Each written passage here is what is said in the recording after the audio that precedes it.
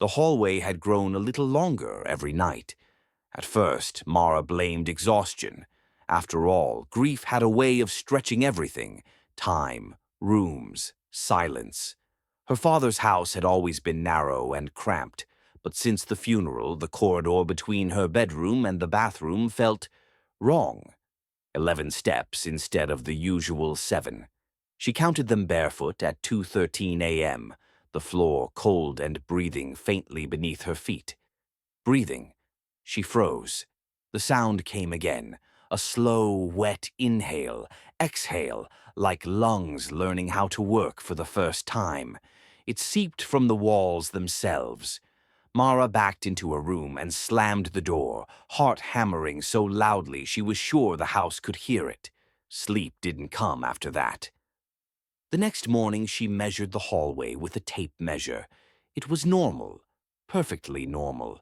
Her father's old coat still hung at the end, swaying slightly, though no windows were open.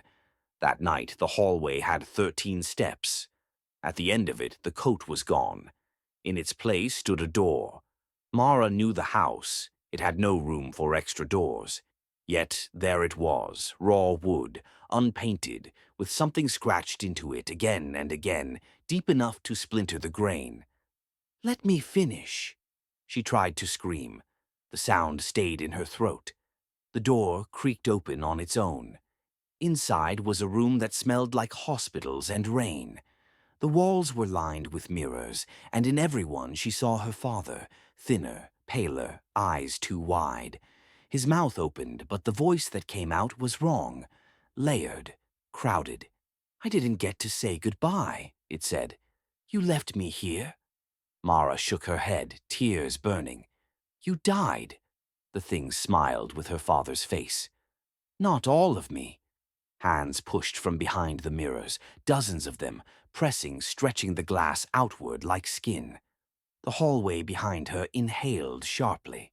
She ran. Her bedroom door wouldn't open.